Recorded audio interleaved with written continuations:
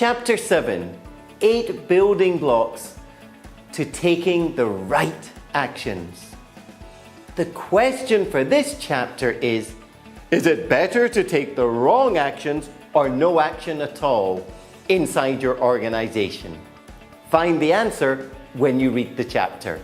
In this chapter, I start to discuss how, if strategy is about making the right choices, choosing which market you're going into, what customers you're going to target, how you're going to deliver to them, these are all choices, then execution is about taking the right actions, about developing the discipline in the organization and making sure you are doing the right things every day. Because strategy execution only happens when everyone knows how they can participate and what they must do to achieve excellence in execution.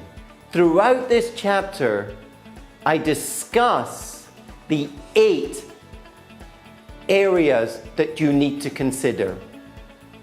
The first one is to develop that discipline inside your organization, the discipline of taking the right actions.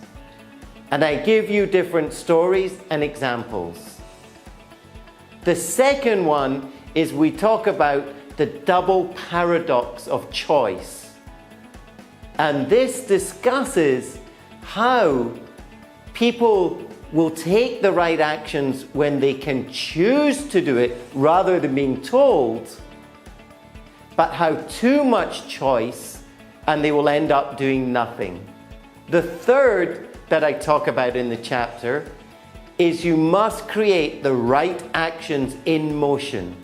How can you continually, throughout your implementation journey, create the right traction and move the organization forward? Number 4 is a critical element as well. It's accountability. People must know that they're going to be held accountable for taking those right actions. In number 5, we start to talk about how people commit to doing what they are supposed to be doing. And in number 6, I introduce 90-day chunks. And this again is one of the powerful tips that within an organization, you break up the actions to achieve them within 90 days so that you create quick wins and early successes and momentum throughout your journey. Number 7 is that you need the resources to take the right action. For people to succeed, they must be given the right resources, and it's the leader's responsibility to put that in place. And the final, number 8, is have fun. Make your actions fun. And I share examples from companies who took the right actions and had fun in doing it. And in part 2 of the book, I will start to talk about how you make your execution your own. And in this section of the book, I talk about in more detail the 3 broad themes of execution.